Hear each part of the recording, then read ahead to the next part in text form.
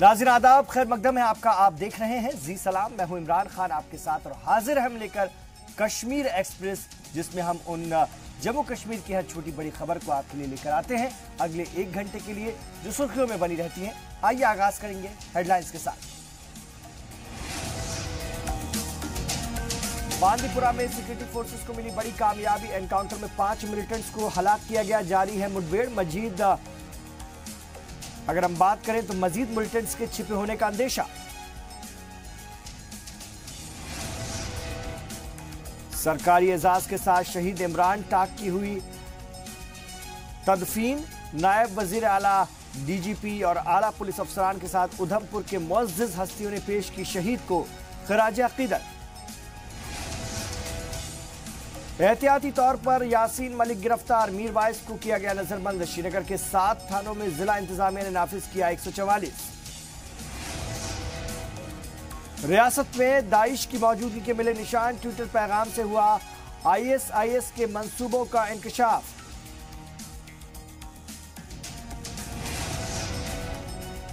और वजीर आला ने लिखा एविएशन मिनिस्टर को खत। आसियान मुल्कों के लिए सीधी फ्लाइट शुरू करने का मुतालबा किया। कर्ज माफी के लिए वजीर ज़राअत को भी लिखा खत।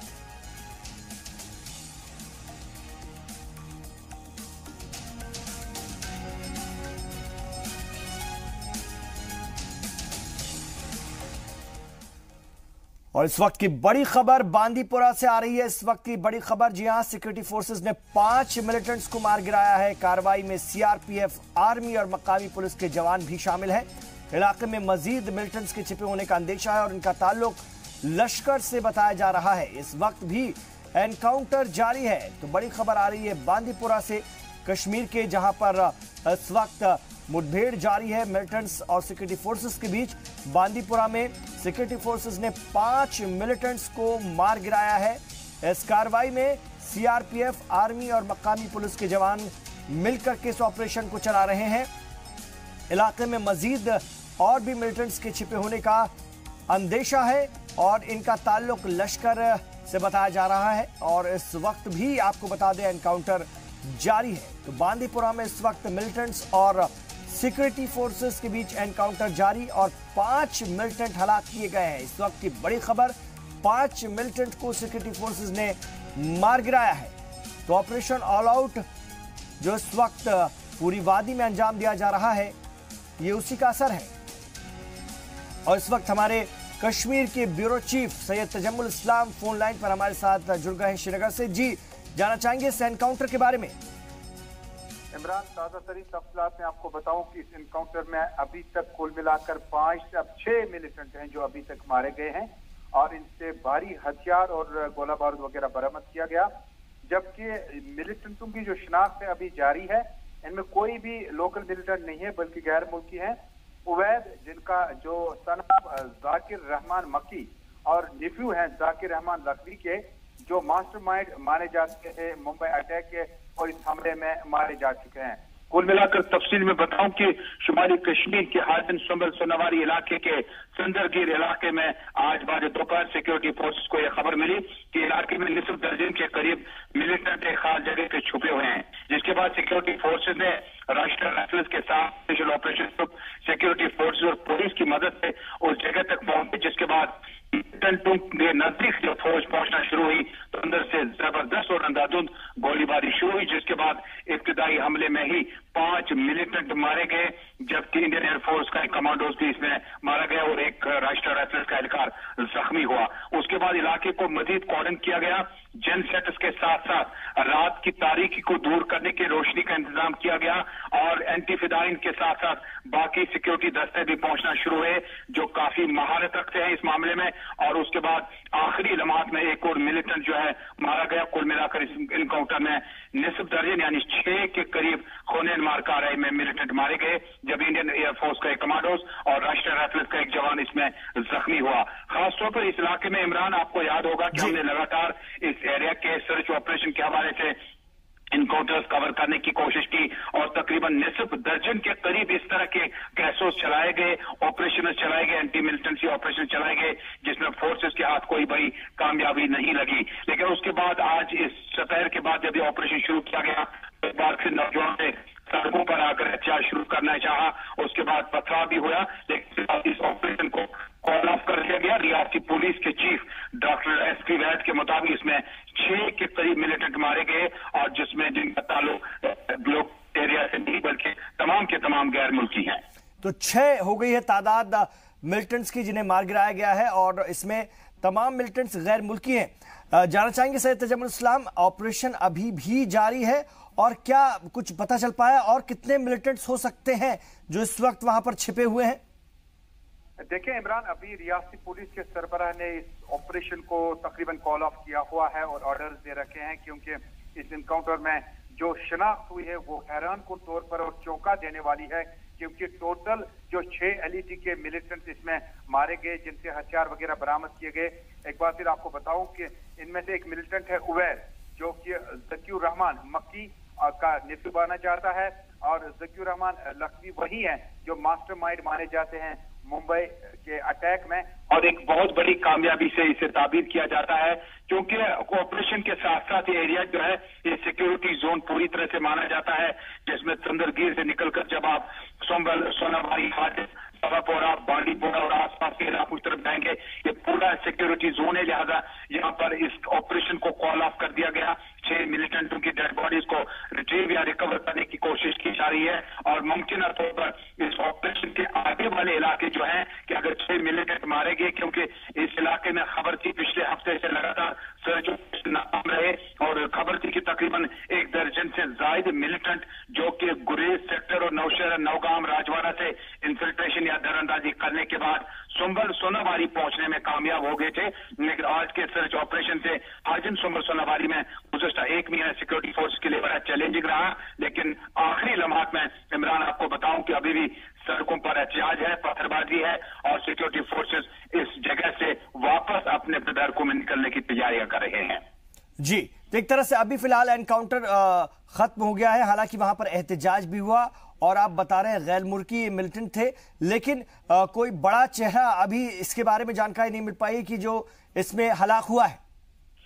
इमरान, मैं आपको लगातार बता रहा हूं कि इस हमले में अगर हमने देखा कि जो एलईटी के बड़े बड़े कमांडर थे, उनके जो जितने भी क्या नाम है उनके कमांडरों के साथ साथ जितने भी मिलिटेंट मौजूद हुआ करते थे, लेकिन ज़कीउर रहमान लखवी के भतीजे की इसमें हिलाकत हुई है, और ये एक बहुत बड़ी कामयाबी तस्वुर। ज़कीउर रहमान लखवी के भतीजे की इसमें हलाकत हुई है, सैयद तजम्मुल इस्लाम आप बता रहे हैं, ये एक बड़ी कामयाबी है सिक्योरिटी फोर्सेस के लिए। सैयद तजम्मुल,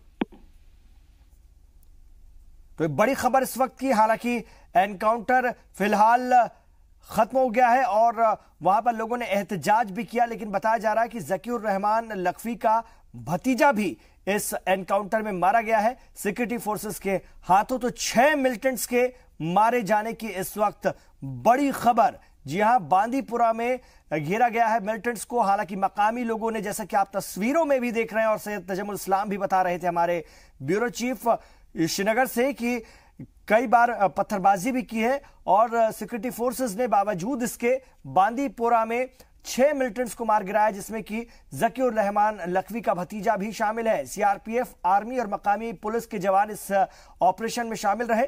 इलाके में मजीद मिलिटेंट्स के छिपे होने का और अंदेशा है, और इसका ताल्लुक इनका लश्कर तैयबा से बताया जा रहा है, और इस वक्त भी ये एनकाउंटर जारी है। हालांकि जैसा कि सैयद तजम्मुल इस्लाम बता रहे हैं कि इस वक्त इंतजाम किए गए हैं रोशनी के, हालांकि सिक्योरिटी फोर्सेस ने अपने काम को अंजाम दिया है और बहुत कामयाबी के साथ। तो 6 मिलिटेंट्स मार गिराए गए हैं। अलायदगी पसंद लीडर यासीन मलिक को आज पुलिस ने हिरासत में ले लिया, जबकि हुर्रियत एम ग्रुप के चेयरमैन मीरवाइज उमर फारूक को उनके घर में नजरबंद कर दिया गया। जेकेएलएफ तर्जुमान के मुताबिक यासीन मलिक को उनके घर से गिरफ्तार करके सेंट्रल जेल शिफ्ट किया गया है, जबकि रात की अगर हम बात करें तो रात के करीब मीरवाइज को नजरबंद किया गया था। माना जा रहा है कि मिलिटेंट अहमद मीर के मारे जाने के बाद पुलिस ने एहतियातन इन लीडरान के खिलाफ ये कार्रवाई की है। आपको बता दें कि जुमे को पुलिस के साथ तसादुम में मारा गया अहमद मीर परिमपुरा का रहने वाला था। और मुजाहरे और एहतजाज के अंदेशे के पेश नजर जिला इंतजामिया परिमपुरा समेत श्रीनगर के 7 पुलिस स्टेशन में हुक्म खासतौर से जारी कर दिया गया है खासतौर से, और जिला मजिस्ट्रेट ने परमपुरा, सफाकदल और एमआरगंज, नवहाटा, खानियार, रैनावारी, मैसूमा और कराल खुर्द में दफा 144 नाफिज कर दी है। इसके तहत एक जगह पर 4-5 लोगों से ज्यादा इकट्ठा होने पर पाबंदी आयद होती है। तमाम स्कूल कॉलेज को भी एक दिन के लिए बंद कर दिया गया है। कश्मीर यूनिवर्सिटी में भी आज क्लासेस नहीं हुई। ट्रेन की आमद रफ्त भी इससे मुतासर हुई है। तो आपको बता दें, श्रीनगर सहित परमपुरा और इसके आसपास के इलाकों में खास एहतियात बरती जा रही है। मुजाहरे और एहतजाज के अंदेशे के पेश नजर आपको बता दें, परमपुरा समेत 7 पुलिस स्टेशन में इज्तिमाई तौर पर अगर हम देखें तो एक तरह से एहतियातन कर्फ्यू लगाया गया है। जिला मजिस्ट्रेट ने परमपुरा, सफाकत दल, एमआरगंज, नवाहाटा, खानियार, रैनावारी, मैसूमा और कराल खुर्द में दफा 144 नाफिज कर रखी है और इसके तहत एक जगह पर 4 से 5 लोगों के इकट्ठा होने पर पाबंदी आयद कर दी गई है और तमाम स्कूल कॉलेज को भी बंद कर दिया गया है एक दिन के लिए। हालांकि कश्मीर यूनिवर्सिटी में भी आज क्लासेस नहीं हुई। आपको इस पूरी खबर के बारे में तफसील से बता दें। जिस तरह से एक मिलिटेंट को मार गिराया गया था, उसके बाद से ये कार्रवाई हुई है और मुजाहरे और एहतजाज के पेश नजर ये कार्रवाई की। जिला इंतजामिया परमपुरा ने श्रीनगर के 7 पुलिस स्टेशन हलकों में ये हुक्म जारी किए गए हैं और जिला मजिस्ट्रेट ने परमपुरा, सफाकत दल, एमआरगंज और नवहाटा, खानियार, रैनावारी, मैसूमा और कराल खुर्द में दफा 144 लगा दी है। अलायदगी पसंद लीडरान को भी नजरबंद कर दिया गया है। मिलिटेंट्स के मारे जाने के बाद किसी तरह का तशद्दुद ना हो, इसको देखते हुए। सैयद तजम्मुल इस्लाम श्रीनगर से हमारे ब्यूरो चीफ इस वक्त हमारे साथ जुड़ गए हैं। कश्मीर ब्यूरो चीफ सैयद तजम्मुल, आपसे जानना चाहेंगे, ये आज के लिए ही दफा 144 नाफिज थी? बिल्कुल इमरान, आपको याद होगा कि कल जकूरा, गुलाबबाग श्रीनगर में, जो कि शहर श्रीनगर का मुजाफाती इलाका माना जाता है, यहाँ पर देर की जो झड़प हुई थी जिसमें एक मकामी मिलिटेंट जो कि गजवतुल हिंद के साथ ताल्लुक रखता था, उसके हिलाक होने के बाद श्रीनगर शहर में कई हालात इस तरह से आउट ऑफ ऑर्डर न हो और उसके बाद बाज़ाब्ता तौर पर श्रीनगर के डिस्ट्रिक्ट मजिस्ट्रेट ने हुक्म इम्तनाई सादिर करते हुए 6 पुलिस स्टेशन के तहत आने वाले इलाकों में आज पूरी तरह से कामकाज और ठप रहा, बल्कि किसी भी शख्स को मूवमेंट की इजाजत नहीं थी। उसके बाद साथ ही यासीन मलिक जो कि जेकेएलएफ के चेयरमैन हैं, उन्हें कल शाम ही गिरफ्तार किया गया और उन्हें रिमांड पर सेंट्रल जेल भेज दिया गया। सोमवार में अब कोर्ट पे शायद उससे जमानत मिल सकती है, लेकिन फिलहाल रिमांड पे वो सेंट्रल जेल भेज दिए गए। इसी के साथ मीरवाइज मौलवी मोहम्मद उमर फारूक को घर में नजरबंद रखा गया और सैयद अली शाह गिलानी पहले से ही घर में नजरबंद है। और श्रीनगर शहर में जो मुमकिन जिलों की तरफ से जो ट्रेन सर्विस चल रही है वो ठप रही, जबकि इंटरनेट सर्विस शहर श्रीनगर में अभी भी जो 4G तक हुआ करती थी अब 2G तक महदूद कर दी गई। स्कूल कॉलेजों में जो हाजिरी थी वो आज बंद रखी गई। यूनिवर्सिटी में छुट्टियां थी और उसके साथ ही कॉलेज और स्कूल में भी छुट्टियां रखी गई थी, जबकि इसी बीच जो इम्तिहानात बोर्ड के तहत लिए जाने वाले थे 10वीं जमात के, वो मामूल के मुताबिक चलते रहे और जिला मजिस्ट्रेट के मुताबिक उनकी जो स्लिप होगी इम्तिहानी हॉल में दाखिल होने की, उसको कर्फ्यू पास किया जाएगा रोल नंबर स्लिप को, और यूनिवर्सिटी इम्तिहानात भी अगर कहीं पर हो तो वो शेड्यूल के मुताबिक रहे। लेकिन शहर श्रीनगर में आज के इस मुमकिन एहतजाजी नजर के बीच इमरान, आपको यहाँ ये बात जरूरी ऐड करना चाहूंगा कि पार्लियामेंट में एक मिलिटेंट की हिलाकत के बाद वहां पूरा दिन और पुरतशद्दुद मुजाहरे हुए और काफी तादाद में लोग जमा हुए थे मिलिटेंट के घर पर और उससे नमाज जनाजा अदा करने के बाद सुपुर्द खाक किया गया, जिसके बाद पुलिस और सीआरपीएफ की जो डिप्लॉयमेंट थी वो बहुत ज्यादा बढ़ा दी गई। न सिर्फ पारिमपोरा, कमरवारी, पालपोरा, नूरबाग, बल्कि उसके बाद Bandipora link road, HMT link road, यहाँ से किसी भी शख्स को आगे जाने की इजाजत नहीं दी गई थी। कुल मिलाकर आज के दिन तक ही हुक्म इम्तनाई जारी रहा या कर्फ्यू जैसा समा रहा और जिला मजिस्ट्रेट ने अब से कुछ देर पहले जी सलाम से बात करते हुए कहा कि शायद मुमकिन हो कि 4G सर्विस जो इंटरनेट की है डाटा की, उसको अब ऑन किया जा सकता है, दोबारा रेस्टोर किया जा सकता है। लेकिन शहर श्रीनगर में कुल मिलाकर आज जो मामूल के हालात है कोई भी खास सरगर्मियां नहीं रही, क्योंकि एक मिलिटेंट की हिलाकत और सब इंस्पेक्टर की हिलाकत के बाद जो जकूरा और उसके आसपास के इलाके में आज हालात पुरतनाव रहे और हर जगह पर चेकिंग का मंजर भी देखने को मिला। शुक्रिया सैयद तजम्मुल इस्लाम इस पूरी जानकारी के लिए श्रीनगर से।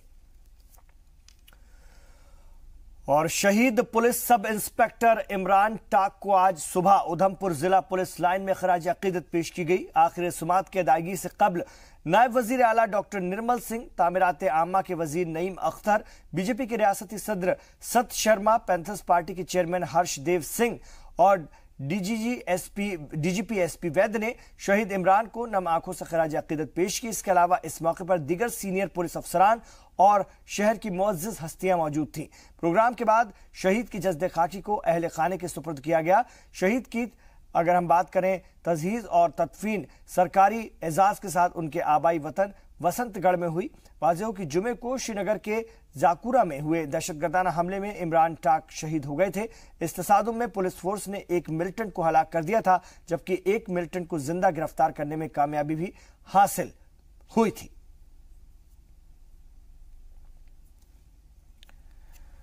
वादी कश्मीर में एक और मिलिटेंट के घर वालों ने मांग की है कि माजिद खान की तरह उनके बेटे को भी वापस लाया जाए। गुज़िश्ता दिनों माजिद खान को उसके घर वालों को सौंपा गया था।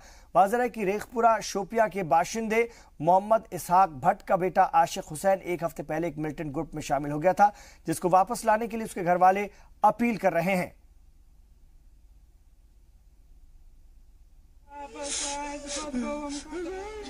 शुक्रवार को वो आया नहीं, मैंने फोन किया बहुत बारे में। मैंने सोचा कि वो दुकान पर है, 12 साल उसको दुकान पर हो गया। मैं क्या करूँगा? मैंने 2 लाख रुपए लोन किया बैंक में। मैं परेशान है, वही कमाती मैं खाती है, मैं क्या करूँगा? उसकी बीबी भी आया, मैं कदम में बीबी को क्या करूँगा, अपने आप को क्या करूँगा? मेरे को सीरियस है, मेरे को सेहत ठीक है, उसको मालूम है मेरे पाप का क्या फर्क है, क्या गलत है उसके पास।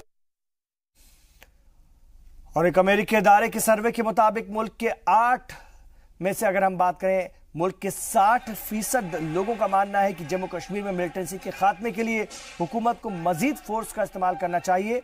और पीव रिसर्च सेंटर ने अपने सर्वे में बताया कि 64% लोगों ने पाकिस्तान को लेकर मनफी रवैये का इजहार किया है। गुज़िश्ता सर्वे की बनस्बत मौजूदा सर्वे में 9% ज्यादा लोगों ने रियासत की मौजूदा हालत के लिए पाकिस्तान को जिम्मेदार ठहराते हुए उसे नापसंदीदा मुल्क करार दिया। वाज़ेह कि गुज़िश्ता जुलाई में हिज़्बुल मुजाहिदीन के मिलिटेंट बुरहान वानी की हलाकत के बाद वादी में शहरियों और फोर्स के दरमियान होने वाली झड़पों में खासा इजाफा हो गया था। हालांकि सर्वे इस वाक़े से पहले 21 फरवरी से लेकर 10 मार्च के दरमियान किया गया। सर्वे के दौरान एजेंसी ने शहरी और देही इलाके के 2464 लोगों से बातचीत की। सर्वे में नोटबंदी के बावजूद 10 में से 8 लोगों ने मुल्क की मईशत की हालत को बेहतर बताया है।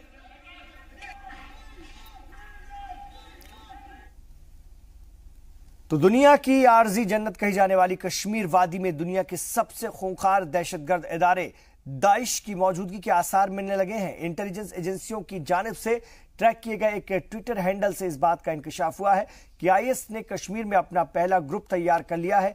एजेंसी के मुताबिक @जैक मूसा नाम के ट्विटर हैंडल से 23 अक्टूबर को किए गए एक ट्वीट में दावा किया गया कि कश्मीर में आईएसआईएस ने कदम रख दिया है और यहां उसका एक ग्रुप बनकर तैयार है। ट्वीट में यह भी बताया गया है कि लोकल टेररिस्ट ग्रुप आईएस की हिमायत कर रहा है और इस ट्विटर हैंडल से एक वीडियो भी जारी किया गया था।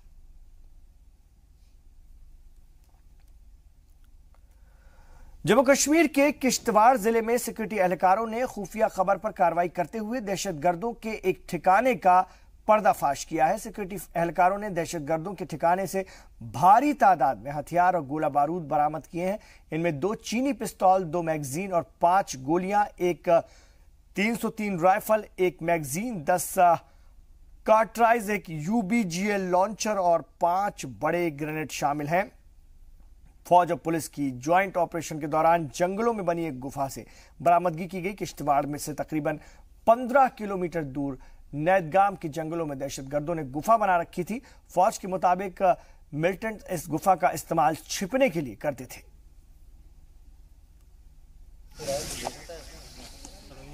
तो आपको बता दें कि एक बड़ा ठिकाना मिला है जम्मू कश्मीर में किश्तवाड़ जिले में सिक्योरिटी एहलकारों को खुफिया इत्तला के मुताबिक, और उसके बाद यहां से भारी तादाद में गोला बारूद बरामद किया गया है जो कि मिलिटेंट्स ने छिपा कर रखा था। इनमें चीनी पिस्तौल, 2 मैगजीन और 5 गोलियां, एक 303 राइफल, एक मैगजीन, 10 कार्ट्राइज, एक UBGL लॉन्चर भी है।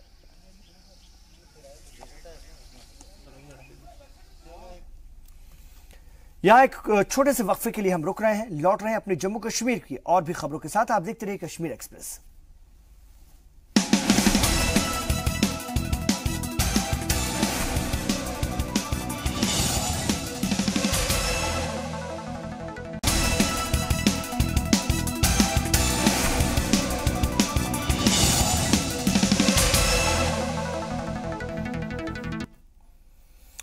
आप देख रहे हैं कश्मीर एक्सप्रेस। वजीर आला महबूबा मुफ्ती ने श्रीनगर बैनुल-अक़वामी एयरपोर्ट से आसियान ममालिक की परवाज शुरू किए जाने का मुतालबा किया है।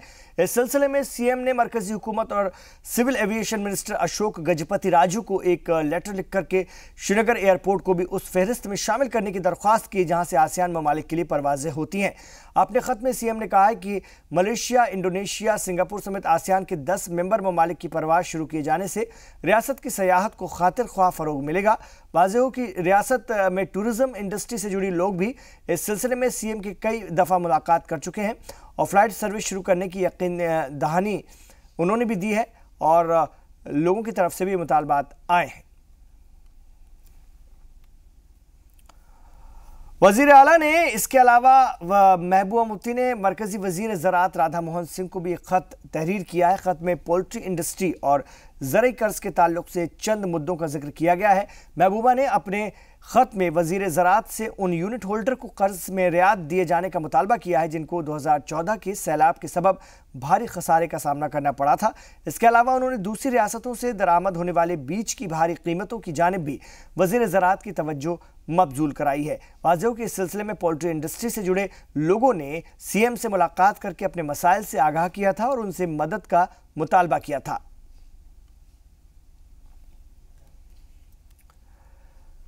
इधर वजीर आला महबूबा मुफ्ती ने आज जम्मू में कई वफ्द से मुलाकात की और उनकी परेशानियों को सीएम ने दिलचस्पी से सुना। सीएम महबूबा ने सभी वफ्द को यकीन दहानी कराई है कि उनकी परेशानियों को जल्द हल किया जाएगा और साथ ही सभी की जायज मांगों को पूरा किया जाएगा। तो कई वफ्द आज वज़ीर आला महबूबा मुफ्ती से मिले और उन्होंने अपनी परेशानी बताई। वज़ीर आला महबूबा मुफ्ती ने जम्मू में कई वफ्द से मुलाकात की और उनकी परेशानियों को दिलचस्पी से सुना। सीएम महबूबा ने यकीन दहानी कराई है कि उनकी परेशानियों को जल्द अज जल्द दूर किया जाएगा और उनकी मांगों को पूरा किया जाएगा।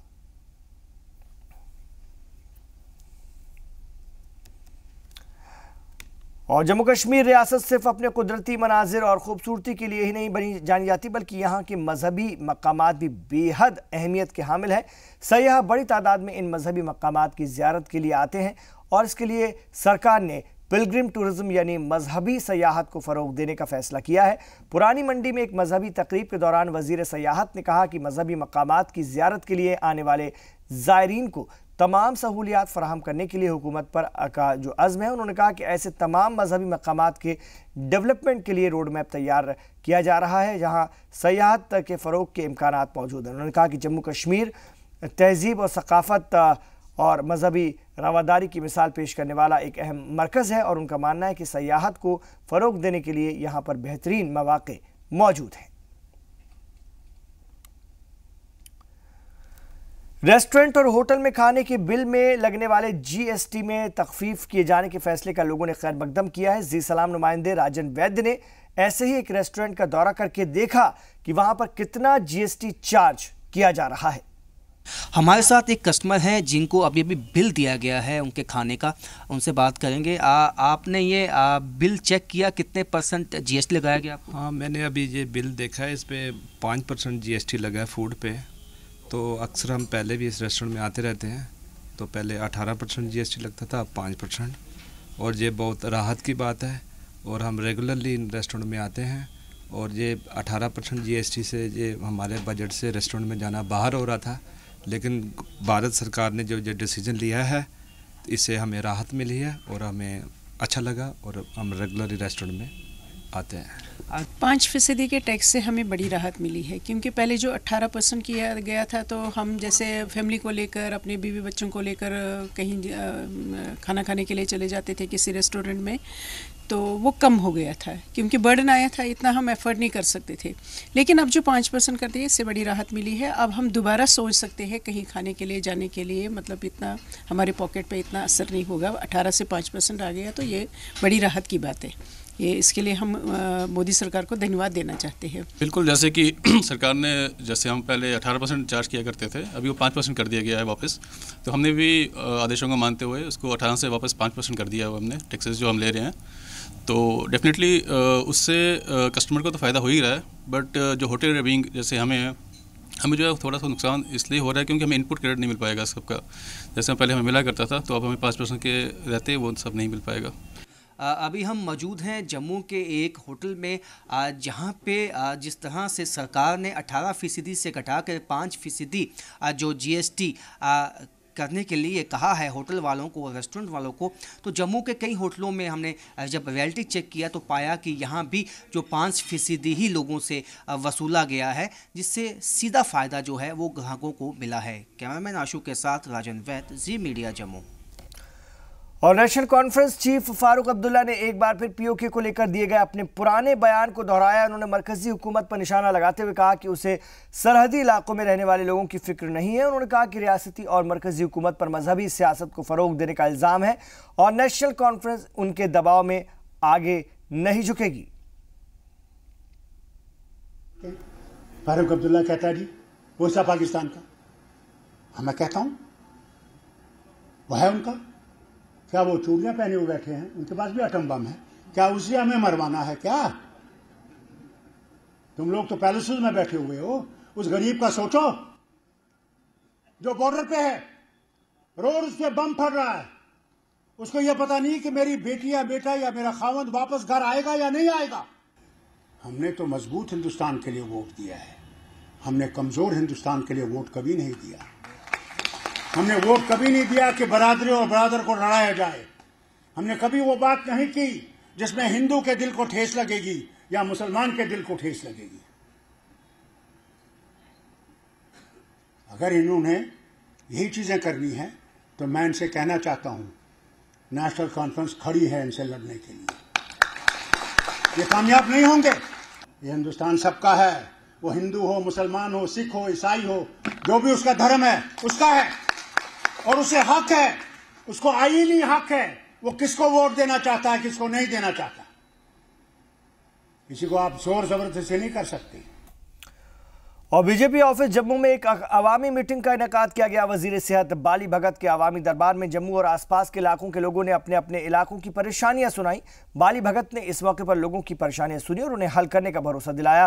कुछ लोगों के मसले को मौके पर ही सुलझा दिया गया। उन्होंने कहा कि आने वाले दिनों में आवाम की बात सुनने के लिए सेक्रेटेरिएट में भी इसी तरह के इजलास का इनेकाद किया जाएगा।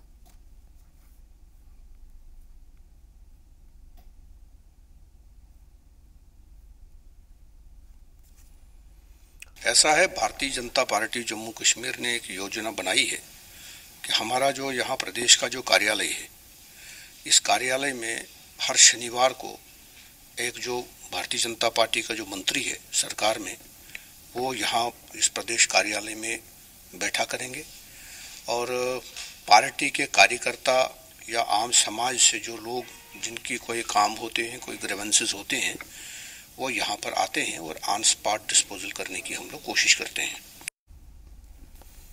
और बाली भगत ने जिस तरह का फैसला लिया है उससे लोगों को काफ़ी फायदा होगा। और राज्यसभा रुकन नज़ीर अहमद लावे ने आज कुलगाम के मुख्तलिफ स्कूलों का दौरा किया। दौरे के दौरान नीलू कुलगाम के गवर्नमेंट हायर सेकेंडरी स्कूल के तलबा को बेहतर तालीम के लिए कंप्यूटर लैब वक्फ किया गया और उनके साथ महकमा तालीम के अफसरान भी मौजूद थे। मीडिया से बात करते हुए रियासत की वज़ीर आला की हिदायत पर जुनूबी कश्मीर के तमाम स्कूलों में कंप्यूटर लैब फराहम किए जाने की बात की गई है। वाज़ेह की कशीदगी के दौरान कुलगाम के स्कूलों में कंप्यूटर लैब को नजर आतिश कर दिया गया था। इसके मद्देनजर स्कूलों में दोबारा कंप्यूटर लैब की तामीर की जा रही है।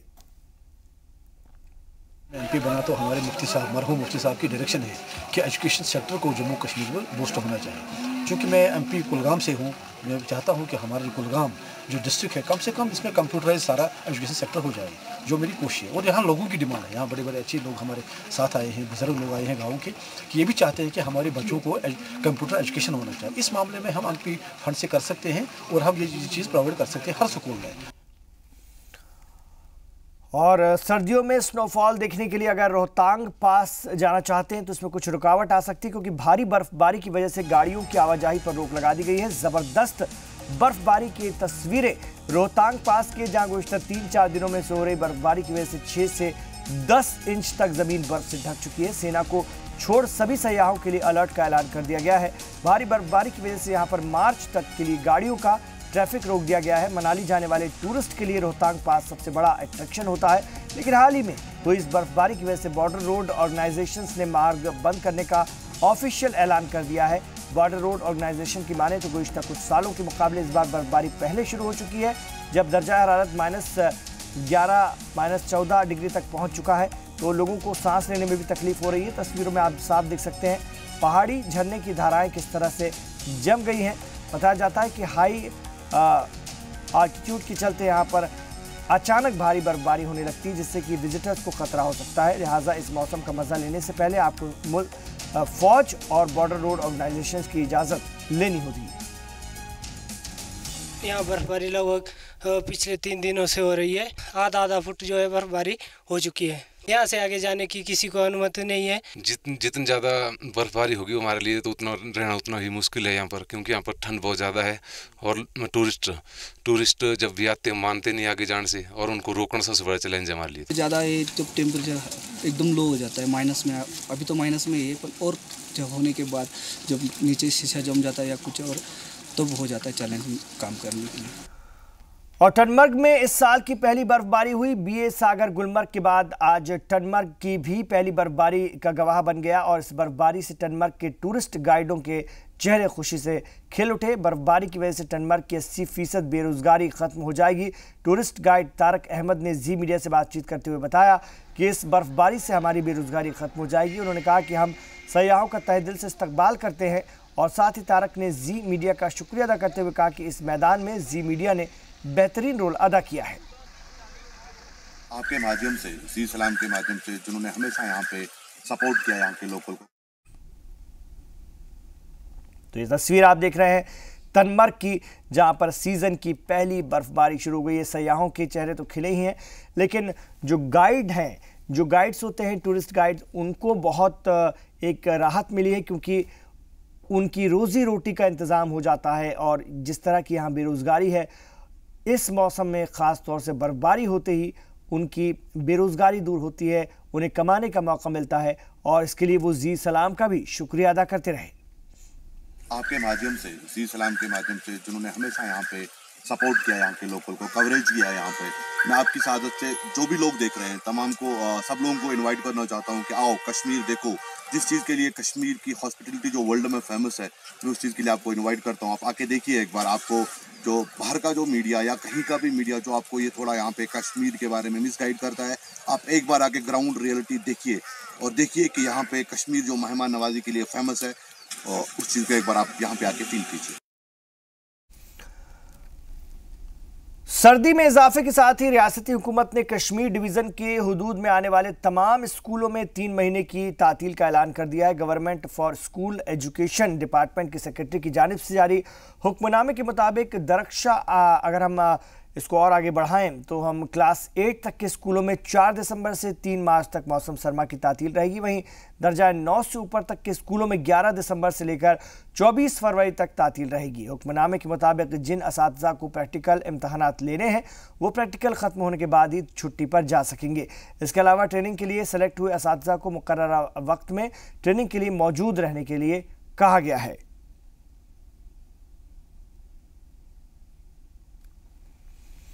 और भदरवा सब डिवीज़न को एडिशनल इजाफी ज़िले का दर्जा दिए जाने के सरकार के फैसले का मकामी लोगों ने खैर मकदम किया, लेकिन इंतज़ामी उमूर की जिम्मेदारी को लेकर लोगों में नाराज़गी पाई जाती है। सनातन धर्म सभा और अंजुमन इस्लामिया ने मुतालबा किया कि एडिशनल डेवलपमेंट कमिश्नर को वो तमाम अख्तियार सौंपे जाएं DDC को हासिल है। जो इस तरह के सिलसिले में मजहबी और सियासी जमातों की एक मीटिंग हुई और ADC को तमाम जिम्मेदारियां दिए जाने का मुतालबा किया गया। वाज़ेह हो कि डोडा ज़िले का ये इलाका आबादी और रकबे के लिहाज से काफ़ी बड़ा माना जाता है और इसको ज़िला बनाने जाने की मांग सालों से हो रही है। इसके तहत 4 सब डिवीज़न, 12 तहसील और 23 नियाबत हैं। वाज़ेह है कि सरकार ने गुज़िश्ता 12 अक्टूबर को एक हुक्मनामा जारी करके गंदोह को भदरवा सब डिवीज़न में मर्ज करने का फैसला लिया। गंदोह के कुछ लोग इस फैसले की मुखालफत कर रहे हैं। तो मेन मुद्दा हमारा ये है कि जल्द अज जल्द जो 11 किलोमीटर का ये एक टुकड़ा बाकी बचा हुआ है, उसको फौरन तामीर करके भद्रवा और गुंदो रोड को चालू किया जाए। मैं चीफ सेक्रेटरी साहब से ये अपील करना चाहता हूँ कि अगर उनको रिपोर्ट देनी तो उनको भद्रवा में आके भद्रवा के लोगों के साथ बात करनी चाहिए। और हम ये भी कहते हैं कि भलेसा में भी जाएं और भलेसा के लोगों के साथ बात करें, लोगों की राय लें कि क्या होना चाहिए। और हम ये चाहते हैं कि भलेसा और भद्रवा के बीच की जो रोड है उसको जल्द से जल्द खोला जाए ताकि भलेसा और भद्रवा एक हो जाए। तो पहली बार हम समझते हैं कि इस वक्त पूरा हिंदू मुसलमान भद्रवा के यूनाइट होकर अपनी मांग को लेकर काफ़ी अर्सा से 2 महीने या 3-4 महीने से अपनी मांग को लेकर एडमिनिस्ट्रेशन के पास पहुंचे, गवर्नमेंट के पास पहुंचे और गवर्नमेंट ने जिस हद तक भी हमारी डिमांड को कंसीडर करके यहाँ पर एडिशनल डीसी का दर्जा जो दिया, हम उसके लिए गवर्नमेंट का खैर मकदम करते हैं, उनका शुक्रिया अदा करते हैं। तो भदरवा सब डिवीजन को एडिशनल इजाफी जिले का दर्जा दिए जाने के सरकार के फैसले का मकामी लोगों ने खैर मकदम किया है, लेकिन इंतजामी उमूर की जिम्मेदारी को लेकर लोगों में नाराजगी है। सनातन धर्म सभा और अंजुमन इस्लामिया ने मुतालबा किया कि एडिशनल डेवलपमेंट कमिश्नर को वो तमाम अख्तियारात सौंपे जाएं जो कि डीडीसी को हासिल हैं। तो इस सिलसिले में मजहबी और सियासी जमातों की एक मीटिंग भी हुई थी और तमाम जिम्मेदारियां दिए जाने की मांग की गई एडीसी को। डोडा जिले का ये इलाका आबादी और रकबे के लिहाज से काफ़ी बड़ा माना जाता है और इसको ज़िला बनाए जाने की मांग कई सालों से लगातार हो रही है। इसके तहत 4 सब डिवीज़न, 12 तहसील और 23 नियाबत आते हैं। और अगर हम बात करें तो 12 अक्टूबर को एक हुक्मनामा जारी करके हुकूमत ने गंदोही को भदरवा सब डिवीज़न में मर्ज करने का फैसला भी किया था। गंदोही के लोग इस फैसले की मुखालफत कर रहे हैं। आवाम का मसला है, जिस हद तक भी हम मुतहद हो जाएं, मेरा लिहाज पार्टी पॉलिटिक्स। तो भदरवा को एक सौगात ज़रूर मिली है, लेकिन लोगों का कहना है कि जो हुकूक दिए जाने चाहिए ख़ास तौर से वो तमाम दिए जाएं उस अफसर को, ताकि ज़िले में और इसको ख़ास तौर से ज़िला बनाने की जो मांग चल रही है उसको और ज़्यादा फ़रोग मिल सके। और इसके लिए तमाम तंजीमें साथ आई हैं, चाहे वो सनातन धर्म सभा हो या फिर अंजुमन इस्लामिया। मुतालबा किया कि एडिशनल डेवलपमेंट कमिश्नर को तमाम अख्तियारात दिए जाएं जो डीडीसी को हासिल होते हैं। तो ये मुतालबा है भदरवा के लोगों का, क्योंकि बहुत बड़ा इलाका है और इसको ज़िला बनाए जाने की मांग चल रही है। भदरवा से हमारे रिपोर्टर रहबर जमाल इस वक्त हमारे साथ फोन लाइन पर जुड़ गए हैं।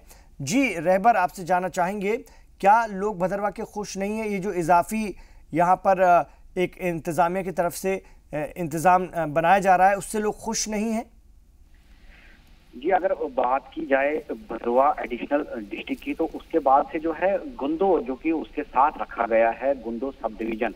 पहले जो बात करेंगे भदरवा की, भदरवा जो है पहले तहसील हुआ करता था, उसमें जो है ये सारा ही इलाका हुआ करता था, गुंदो, ठाठरी, बहला, ये सारे इलाके जो है उसके साथ हुआ करते थे। तो उसके बाद जो है ये यूनिट्स क्रिएशन, एडमिनिस्ट्रेटिव यूनिट्स की जो है क्रिएशन जब हुई, उस वक्त जो है भदरवा को सब डिवीजन बनाया गया, तहसील जो है ठाठरी को दी गई और गुंदो को दी गई।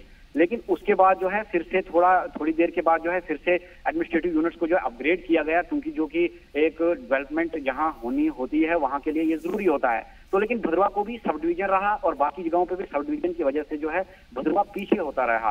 तो अब जो है गवर्नमेंट ने एक डिसीजन लिया, जो इसी जो है पिछले महीनों में जो है हुआ है, इसी सरकार ने लिया, तो इसको जो है एडिशनल डिस्ट्रिक्ट का दर्जा दिया गया। उसमें जो है सब डिवीजन गुंदो को भी मिलाया गया।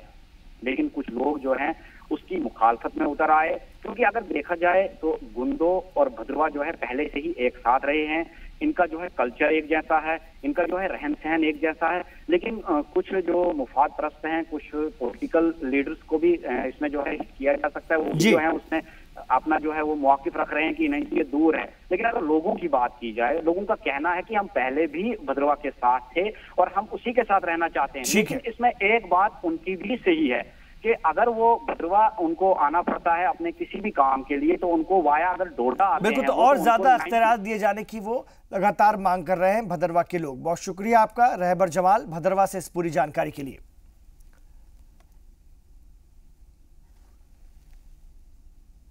यहां रुकते हैं एक छोटे से वक्फे के लिए, लौट रहे हैं, आप देखते रहिए कश्मीर एक्सप्रेस।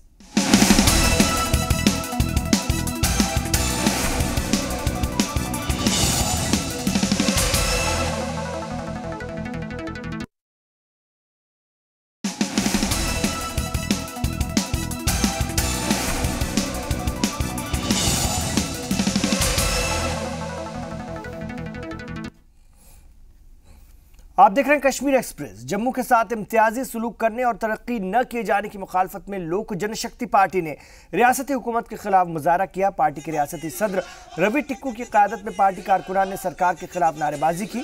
रवि टिक्कू ने कहा कि रियासती हुकूमत पर जम्मू के साथ भेदभाव करने और तरक्याती मैदान में जम्मू की अनदेखी का इल्ज़ाम है। उन्होंने कहा कि तरक्की का वादा करके ही बीजेपी इक़्तिदार में आई थी, लेकिन हुकूमत में आने के बाद बीजेपी जम्मू के हवाले से अपना फ़र्ज भूल गई। जम्मू स्टेट गवर्नमेंट में अगर बीजेपी की यहाँ इतनी सीटें निकली थी तो वो डेवलपमेंट के ऊपर निकली थी, मगर जम्मू के साथ कोई डेवलपमेंट नहीं हो रही है। जम्मू में कोई डेवलपमेंट नहीं की जा रही है।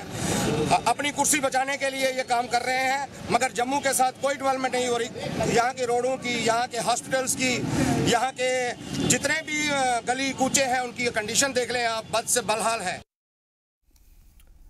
और फिल्मसाज संजय लीला भंसाली की फिल्म पद्मावती को लेकर मुजाहरों का सिलसिला जारी है। जम्मू में भी फिल्म को लेकर नाराजगी का इजहार करते हुए राजपूत समाज के लोगों ने जोरदार मुजाहरा किया। उन्होंने कहा कि किसी भी फिल्म में तारीख के साथ छेड़छाड़ बर्दाश्त नहीं की जाएगी।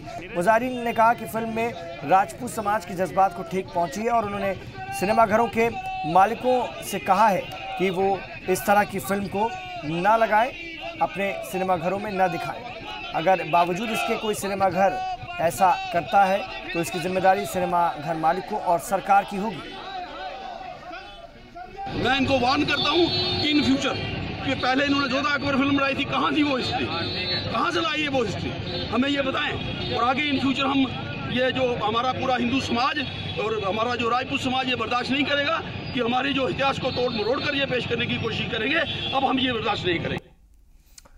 बनिहाल के करावा इलाके आंगनवाड़ी सेंटर के इजाफे पर लोगों का एहतजाज शदीद तर बढ़ता जा रहा है। लोगों का इल्ज़ाम है कि ICDS महकमे के मनमाने रवैये के सबब बच्चे मिलने वाली सहूलियात से महरूम हो रहे हैं। उनका कहना है कि 2 सेंटर की ज़रूरियात को पूरा नहीं किया जा रहा है, ऐसे में तीसरे सेंटर की क्या ज़रूरत। लोगों ने ज़िला रामबन के साबिक प्रोग्राम अफसर के ख़राब रवैये की भी शिकायत की।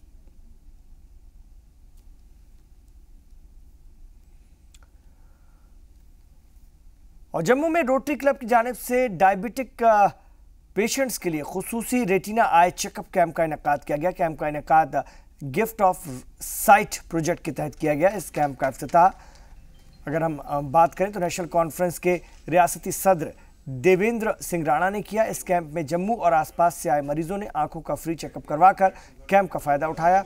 कुछ मरीजों को मुफ्त दवाइयाँ भी दी गई। इस मौके पर देवेंद्र राणा ने कहा कि इस तरह के कैंप से लोग न सिर्फ बेदार होते हैं बल्कि लोगों को इलाज की सहूलत भी मुहैया हो जाती है। इससे आजकल बढ़ती आंखों की बीमारियों से काफ़ी राहत मिल पाती है।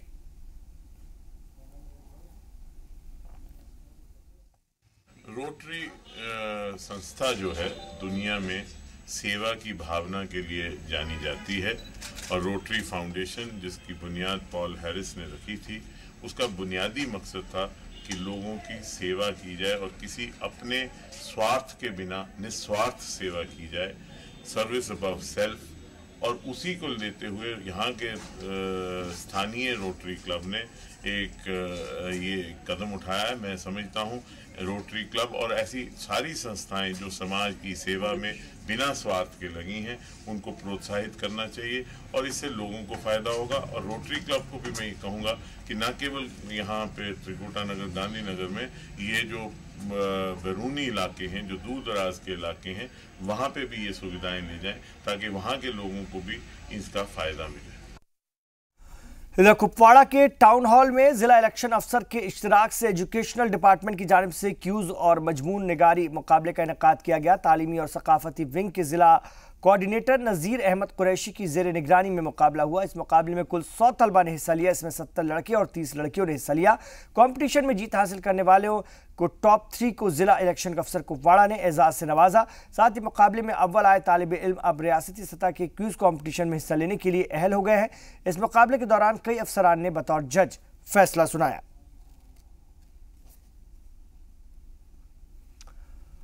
और शोपियां की अगर हम बात करते हैं तो शोपियां में ज़िला तरक्याती कमिश्नर मोहम्मद एजाज के ने इलाके का दौरा करके मुख्तलिफ तरक्याती कामों का जायजा लिया। दौरे के दौरान DDC ज़िला अस्पताल पहुंचे जहां पर 23.65 करोड़ के प्रोजेक्ट का काम चल रहा है। R&B के एग्जीक्यूटिव इंजीनियर और दीगर मुताल्लिक़ अफसरान ने DDC को प्रोजेक्ट के तहत चल रहे काम की जानकारी दी। ये प्रोजेक्ट पूरा होने पर इलाके के लोगों को बेहतर सहूलियात मिलने लगेंगी। 100 बेड के इस अस्पताल बनने से लोगों को इलाज के लिए जिले से बाहर जाने की जरूरत नहीं पड़ेगी।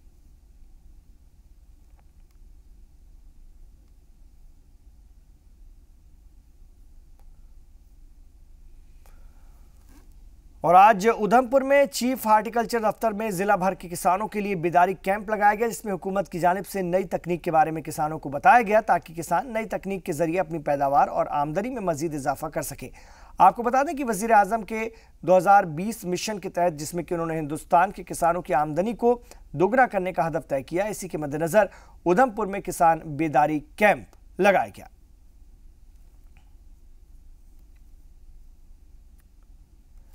जिला बांदीपुरा के टाउन हॉल में मुख्तलिफ शोबे के आर्जी मुलाजमीन ने अपनी मांगों को लेकर हुकूमत के खिलाफ एहतजाज किया। लंबे अरसे से इल्तवा में पड़ी मांगों को लेकर JNK एम्प्लॉयज, लेबर्स, वर्कर्स और पेंशनर्स यूनाइटेड फोरम के बैनर तले एहतजाज कर रहे थे।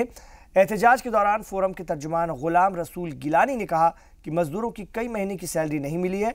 हम सरकार से मांग करते हैं कि जल्द से जल्द सैलरी रिलीज की जाए। साथ ही सरकारी मुलाजमीन को मिलने वाली तमाम फायदे आर्जी मुलाजमीनों को भी मिलने चाहिए।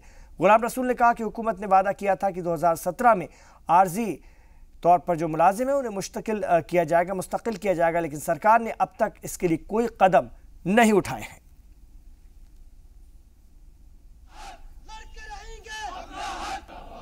आज हमारा यहाँ पे यूनाइटेड प्लेटफॉर्म के बैनर तले एक रोजा जिले कन्वेंशन था और हम रियासती सरकार से इस मौके पे आपकी वसदत से अपील करते हैं कि जो उन्होंने on the floor of house 11 जनवरी 2017 को ये ऐलान किया कि हम तमाम कैजुअल लेबरर्स को 2017 में ही रेगुलराइज करेंगे, लेकिन अभी तक उसके लिए कोई पॉलिसी सामने नहीं आई है, उन्होंने ऑर्डर नहीं निकाला है। हम मुदमना अपील करते हैं कि वो फिलफौर उसका SRO इज्रा करे।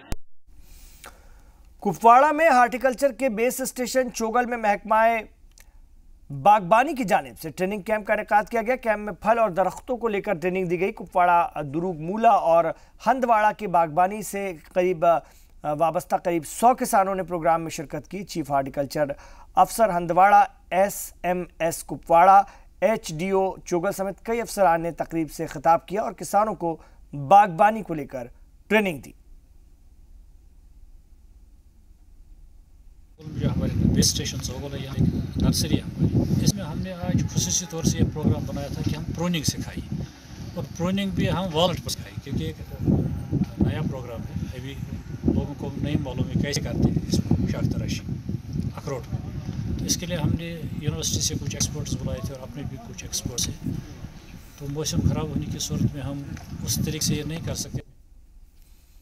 District level tennis association Udhampur की जानिब से मरहूम देवेंद्र शर्मा की याद में डिस्ट्रिक्ट ओपन टेनिस टूर्नामेंट का इनेकाद किया जा रहा है। ये टूर्नामेंट 18 नवंबर से 21 नवंबर तक उधमपुर में चलेगा, जिसमें 200 से ज्यादा खिलाड़ी हिस्सा ले रहे हैं। इस टूर्नामेंट में 12 साल की उम्र तक के खिलाड़ी भी हिस्सा ले रहे हैं।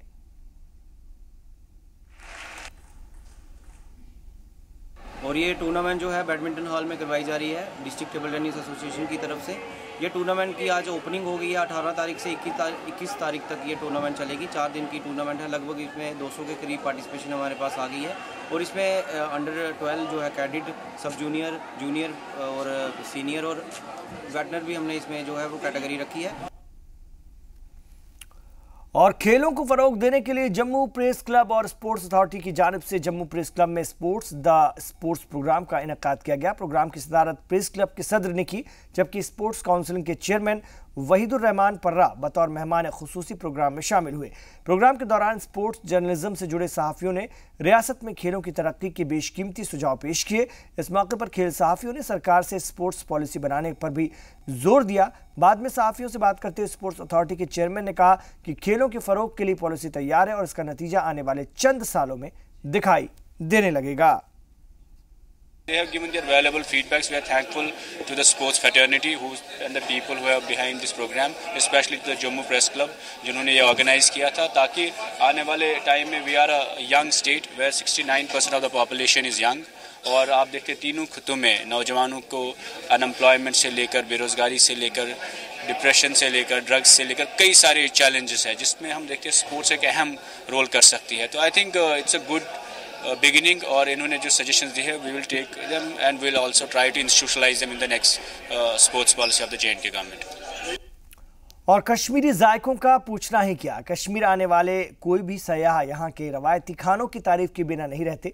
कश्मीरी प्लेट का एक अहम हिस्सा होता है कुलचा और चचूरे, और मुख्तलिफ जायकेदार डिशेस के मज़े को ये कुलचे और चचूरे मज़ीद दो बाला कर देते हैं अगर हम बात करें तो। और इस रिपोर्ट के ज़रिए देखते हैं कि आखिर कैसे तैयार होते हैं कुलचे और चचूरे और किन वजूहात के सबब ये इतने जायकेदार होते हैं। कश्मीरी जायके का अहम तरीन जुज़्व है कुलचा और चूरा। इसे हम एक तरह से कश्मीर की रोटी कह सकते हैं। मकामी डिशेज़ में इसका इस्तेमाल रोटी की ही तरह होता है। गांदरबल के मुख्तलिफ इलाकों में जगह जगह ऐसे तंदूर लगे हुए देखे जा सकते हैं जहां कुलचे और चचूरे बनाए जाते हैं। मैदे से बनने वाले इन कुलचों और चचूरों की शादी ब्याह के मौक़ों पर ख़ासी मांग होती है। इसको तैयार करने के लिए एक नानबाई को काफ़ी मेहनत करनी पड़ती है। इसके आटा तैयार करने में खसखस और घी का इस्तेमाल किया जाता है। कुलचे और चचूरे में एक फ़र्क ये होता है कि कुलचे हफ्तों तक इस्तेमाल के लायक होते हैं, लेकिन चचूरों को ज़्यादा दिनों तक नहीं रखा जा सकता। चचूर की लाइफ अगर आज आप ले जाओगे तो सुबह तक आप खा सकते हो, शाम तक तो इसकी ये होती है, शाम तक तो जैसे आप ले जाओगे ताज़ा ये वैसे ही रहेगा। अब अगर आप रात को ये रहेगा, सुबह आप खाओगे, अगर मैदे में दर्द होगा या किसी जगह में ये पानी वगैरह मैदे में जमा होता है तो उसको भी लगता है। कश्मीरी मेहमान नवाजी के लिए खासे मशहूर हैं। दावतों के एहतमाम में कुलचों और चचूरों को ख़ास फौकियत दी जाती है। इसे तोहफे के तौर पर भी भेजा जाता है। चचूर की लाइफ अगर आज आप ले जाओगे तो सुबह तक आप खा सकते हो, शाम तक तो इसकी ये होती है, शाम तक तो जैसे आप ले जाओगे ताज़ा ये वैसे ही रहेगा। खमीर के इस्तेमाल के सबब इसका जायका मजीद जायकेदार हो जाता है। खस्तगी की वजह से भी लोग इसे काफ़ी पसंद करते हैं। कश्मीर की इस मुनफरिद पहचान को मकामी लोग कायम रखना चाहते हैं। नई जनरेशन है वो पसंद नहीं करते हैं, चचूर पसंद नहीं करते या रोटी पसंद नहीं करते हैं या कुलचा पसंद नहीं करते हैं। इनको ये नहीं भूलना चाहिए क्योंकि ये हमारा अपना कल्चर है। जैसे बाहर के देशों में होता है वो अपना कल्चर नहीं भूलते हैं, वैसे कश्मीर बहन भाई जो हैं उनको भी ये नहीं भूलना चाहिए क्योंकि हम भी बनाते हैं अपनों के लिए, गैरों के लिए नहीं बनाते। तो खास तौर पर मैं नई जनरेशन से ये कहना चाहती हूँ कि उनको नहीं भूलना चाहिए अपना कल्चर। कुलचों और चचूरों की मकबूलियत का अंदाज़ा इससे भी लगाया जा सकता है कि अब दुकानों पर भी दस्तयाब होते हैं।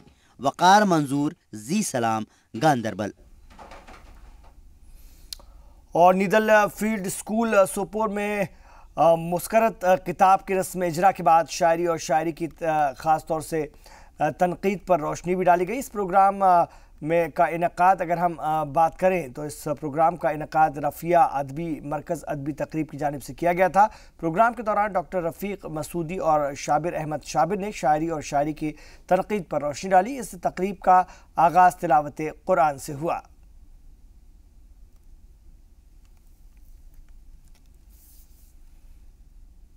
तो इन तमाम खबरों पर हमारी नज़र बनी हुई है, आप देखते रहिए जी सलाम।